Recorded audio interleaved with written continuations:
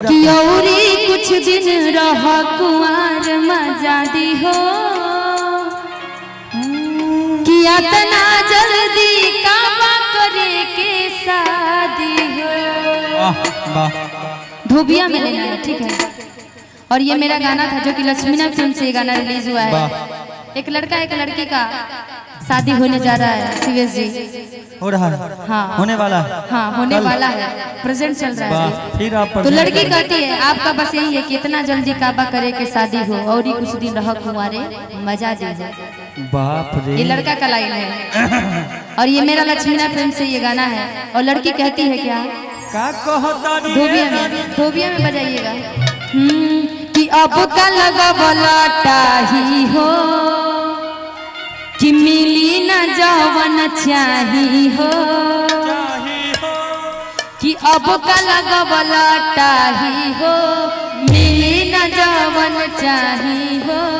अब का लगा बलाटा ही हो मिली न जवन चाही हो।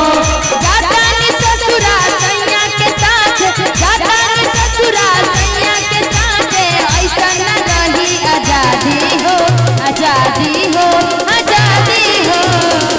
गुलशन सिंह बेगूसराय की तरफ से फिर से बहुत सारा आशीर्वाद है। आप कहिए कि और कुछ दिन रह कुंवर मजा दी हो, और कुछ दिन रह कुंवर मजा दी हो।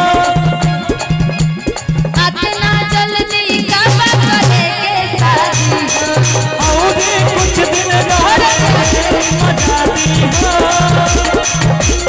इतना जल्दी काबा करे के शादी हो। अब का लगा बोला चाही हो मिली ना जवन चाही हो।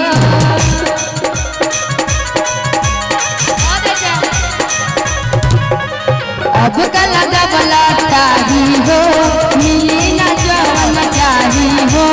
जातानी ससुरा सैया के साथ, जातानी ससुरा सैया के साथ, ऐसा न रही आजादी हो, आजादी हो, आजादी हो।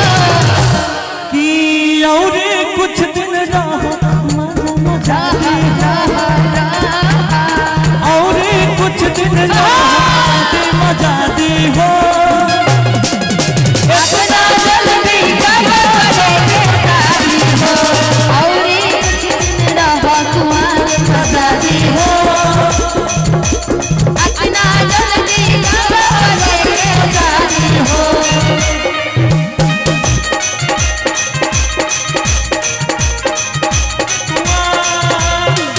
पूजा का भी कीजिएगा, पूजा ये आवाज सुननी होगी पीछे से तो आ जाएगी।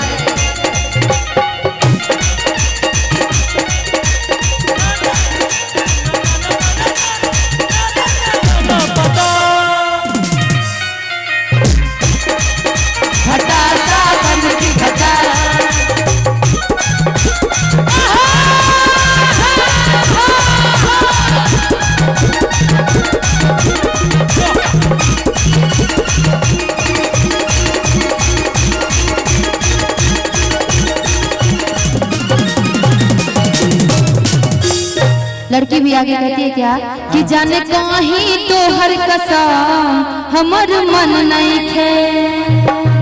जाने कौन कसम हमर मन नहीं खे।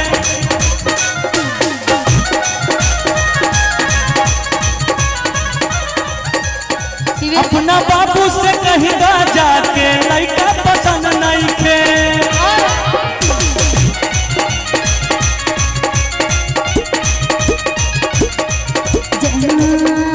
जाने कहीं तो हर कसम हमर मन नहीं खे। अपना बाबूजी से कह दी हो लड़का पसंद नहीं खे।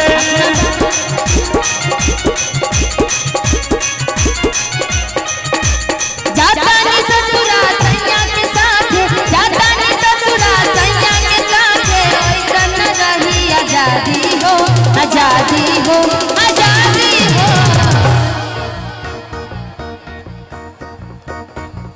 अब का शादी करबू जान मजा दी हो। अगले साल न जाके शादी सजा दी हो। अब का जल्दी शादी जान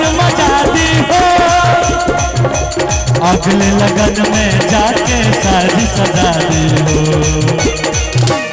अब का लगवला टाही हो मिली ना जवन चाही हो।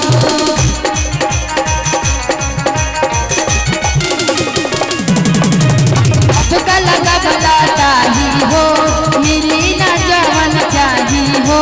जातानी ससुरा सैया के साथ, जातानी ससुरा सैया के साथ, ऐसन रही आजादी हो, आजादी हो, आजादी हो। अब का शादी करे के मतलब प्यारी हो,